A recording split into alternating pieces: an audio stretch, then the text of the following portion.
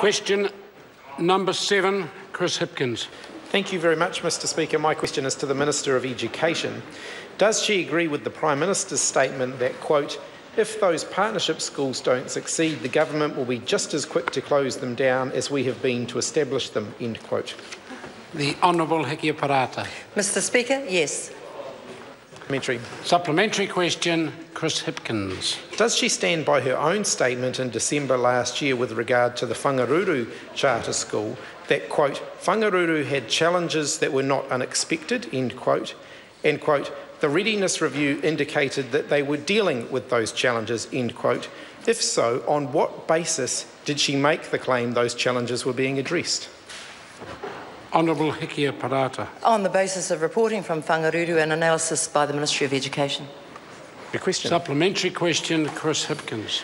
Did the readiness review that she released in February, upon which she gave Whangaruru a formal performance notice, identify concerns with the quality of teaching and learning, quality of school management, disengaged students and the recruitment of suitable staff? If so, was that the same report that she had earlier claimed found that Whangaruru was, quote, dealing with those challenges? Mr Honourable Speaker, Hiki Parata. by definition they weren't the same reports, and the performance notice which I issued was about engagement and truancy.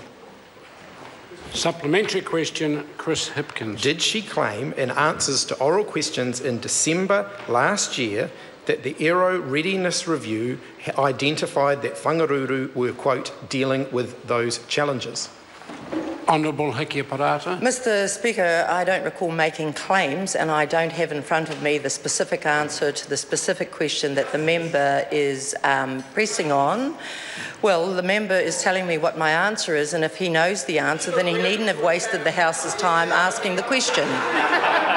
Supplementary question, Mr Speaker. Supplementary question, Chris Hipkins. Has she received an indication that Whangaruru have met the performance criteria she set for them, given it's now over 2 months since she gave them 1 month to shape up? If not, when does she expect to receive that assurance?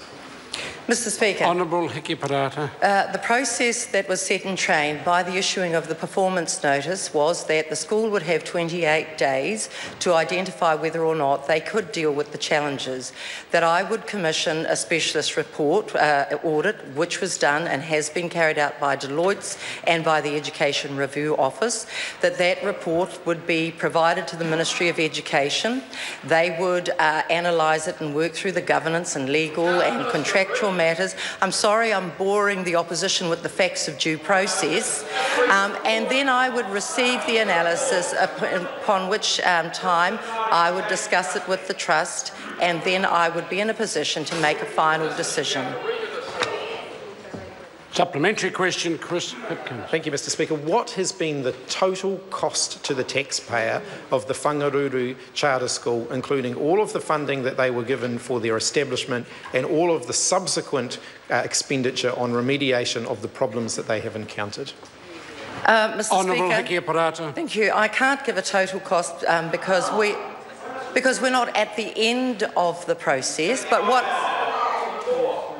what I can tell the opposition is that, and this is publicly available, and all of the partnership papers are on the website, so the member is free, actually it is, the members are free to look it up for themselves. But the answer, Mr Speaker, is... So the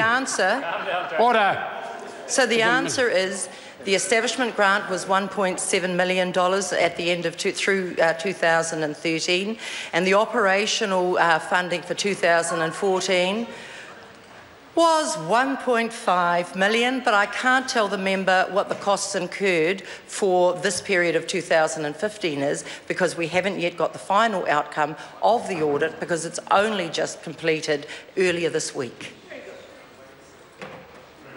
Question number 8, Mahesh Bindra.